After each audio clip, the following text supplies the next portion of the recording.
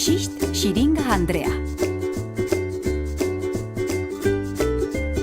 Bazen behin, Xist Xiringa deitzen zen emakume bat. Ileziri bakar bat zuelako jarri zioten gurasoek izen hori. Ileziri, zut-zut, bakar-bakarra zuelako. Oso pinpirina zen Xist Xiringa Andrea.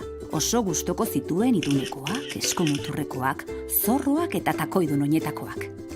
Ze politak! Ondo ezagutzen duzun ospitale jaunean lan egiten zuen Xist Andreak. Gaixorik zeuden umeak sendatzen laguntzen zuen. Ziztuan joaten zen deitzen ziotenean. Batzuetan oinetako bat galtzen zuen korrikaldian, baina ez zitzaion hori asko axola. Umeak sendazitezen ileziria ziztatu behar zituen Xist Andreak, barruan zeraman likido magikoa sartzeko. Hau ez zuen bat ere gogoko, izan ere neskamutilek batzuetan negar egiten baitzuten.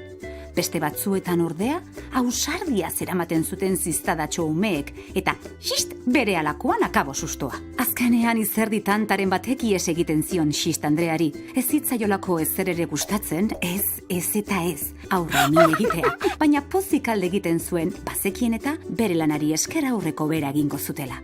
Xist Xiringa Andreak neskamutilea aur esaten zienean, alkandora marraduneko botoi bat sakatu eta ileziritik burbuilak ateratzen zituen, letra itxurako koloretako burbuilak.